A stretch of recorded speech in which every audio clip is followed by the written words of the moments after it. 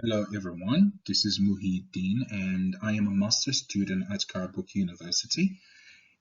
In this presentation, I'm going to present Vinci Code novel, which is a very famous and renowned novel, was written by Dan Brown, and actually I will have an elliptic study.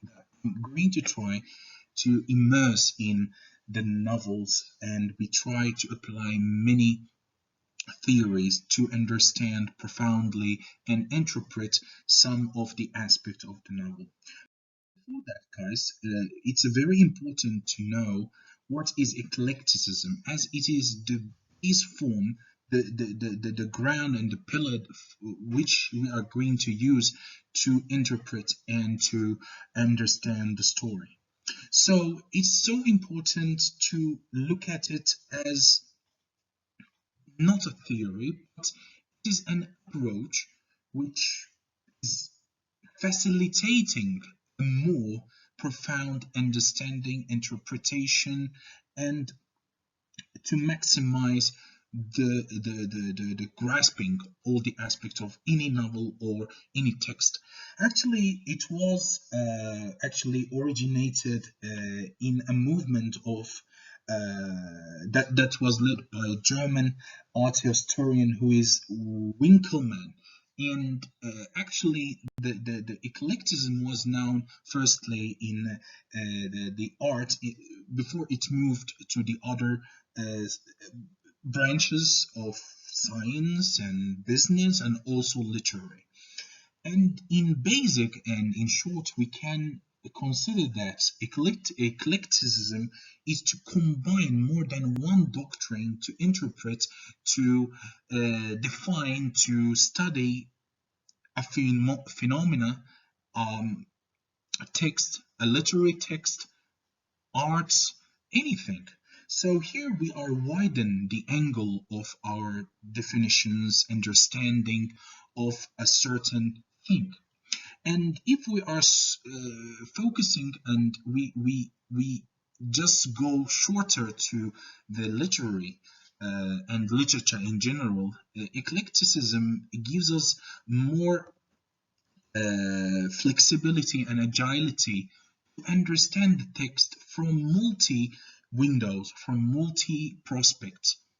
And here, if we take an example, for example, formalism, how it shrinks and curbs the understanding the literature or literary text into just one aspect, which is the text itself, that eliminating all the other influencing and other aspect that manipulate and play on the story itself.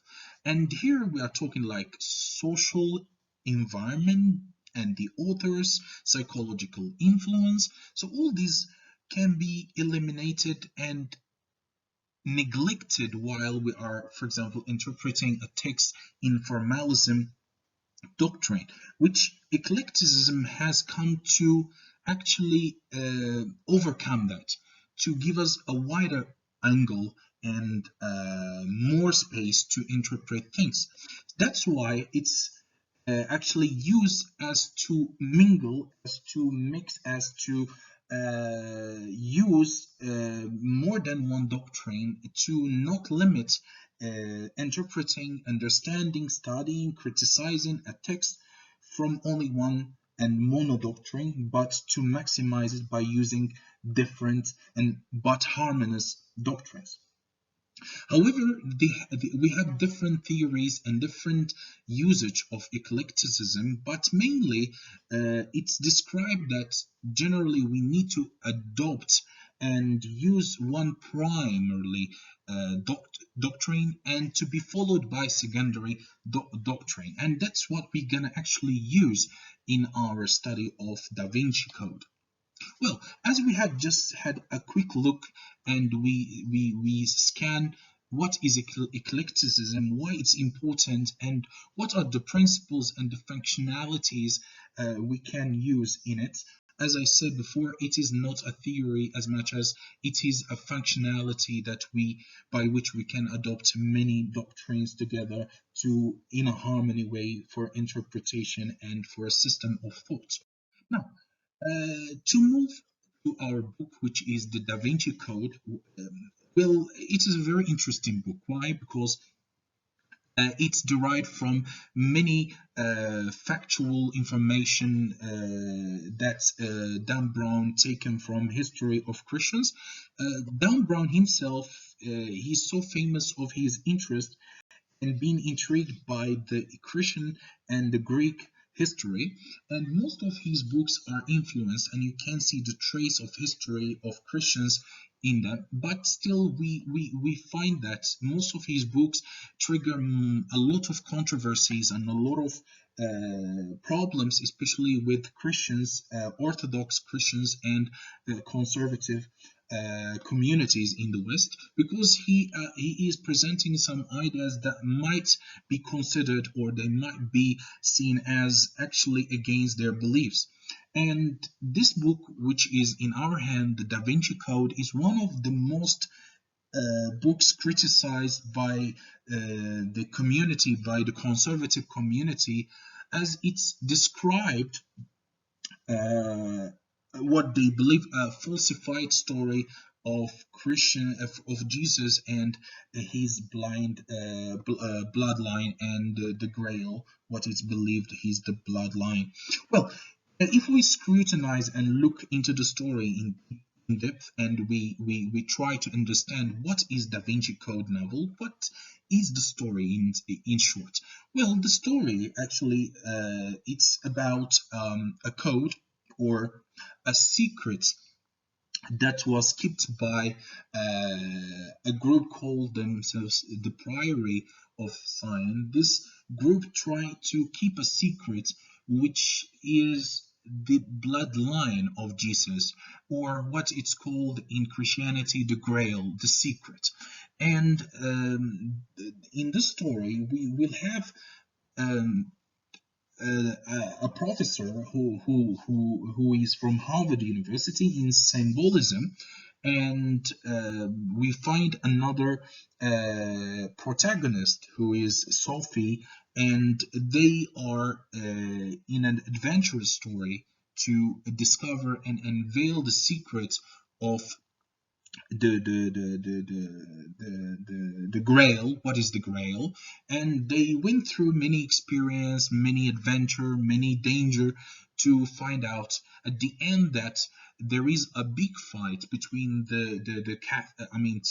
between the church and this secretive group, and which turned out that Sophie's grandfather is the leader of it. And at the end, they found that the bloodline of of Jesus actually is Sophie herself, which is coincidence, but this is what it turned the story to. And there was a huge conflict between two groups who want to unveil or to keep the secret of bloodline and protect it from any intruder from the church itself that wants to keep the Jesus without bloodline.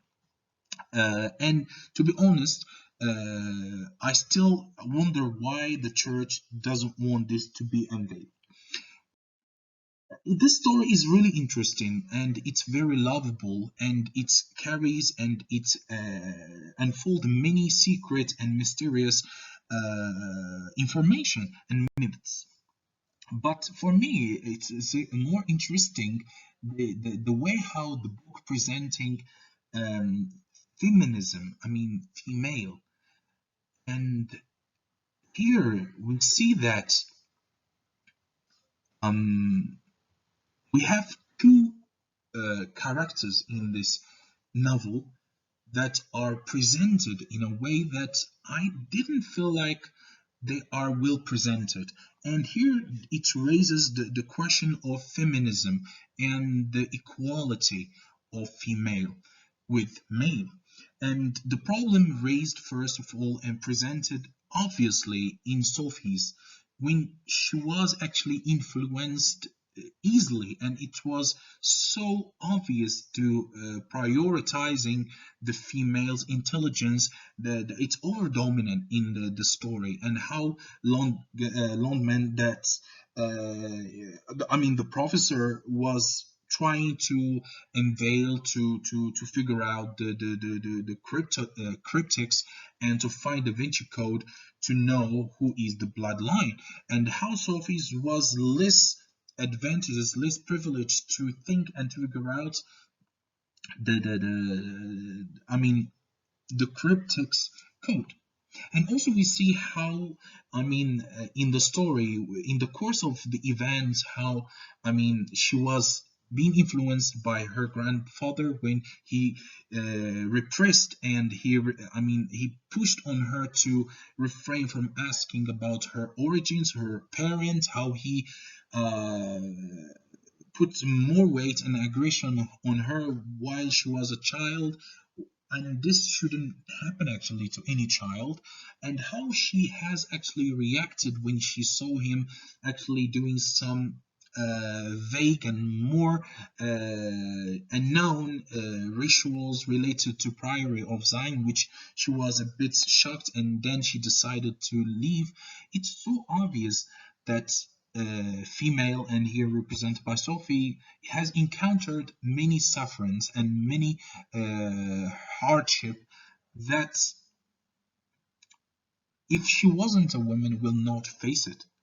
And the second thing, it was clear in Magdalene, or Mary Magdalene, that was neglected by the church, by the fellows of Jesus, when they denounced and they denied that she carried the bloodline of Jesus. And here we see it obviously in the novel when the church started to fight and to determine to terminate the existence of Mary Magdalene and the organization, or the secretive organization that protect the bloodline. Well, all these actually cannot be interpreted or be understood without coming across and understand the psychology of the characters, and the psychology, even the community. When we look at Sophie and how she was submissive to her environment, and how that lead to some consequences when her first age was spent with her grandfather, and how harsh he was on her, and then how that shaped her future personality, and how represented her, deep sorrow and entrust to male, and her entrust to her family, and that represented in the withdrawal when she escaped from home, when she cut ties with her grandfather, when she never tried to contact him back. So it was so obvious there is a hole, psychological hole between both, and that has affected her badly. And then we can see how she has been more volatile, more influenced by male. And also we can see the mental disorder of Tebing, who was a friend of Luntman, and how he pretended to help, yet he had more evilish plans to find the Grail secret and then unveil the secret in order to destroy the reputation of the church. Here, the purpose is understood, but the way how he conducted that, it was immoral. It was something unacceptable by making a lot of crimes, killing, that somehow makes us understand Tebing was having a problem in the balance of the ego, and superego. There was a purpose that he wanted to pay all kind of moralities just to find that. Even the goal somehow is somehow acceptable, because he is aiming to unveil a secret, to show to the world that there is a bloodline of Jesus, that Mary Magdalene was the mother of a bloodline. But still, the way how he acted wasn't acceptable morally. And then it represents or indicates how the psychological representation is very strong in his behavior. Well, this is a very short look at the novel. The novel is very complicated. There are many complexities in the character psychology, the relationship between them, the socio psychological interaction that made and led to many events in the story. But it's worth noticing that the over dominant, I mean, uh, ideas are generally linked somehow to feminism when we see the regression against female in the history against the Mary Magdalene, that they denounce her and they never recognize and they never give her credit in the history of Jesus and the Christianity. And also we see how the psychology and some mental disorder and some mental problems has led to some weird, ambiguous, and describable behaviors, rituals, and acts, and some part of the story, and somehow lead to what are the consequences understood at the end of story. So it's really interesting here as eclecticism gave us this wide angle, this more space, more room to understand the story from different doctrines, and then to have much better grasping and to maximize the space of our ideas and our impression that the story offers.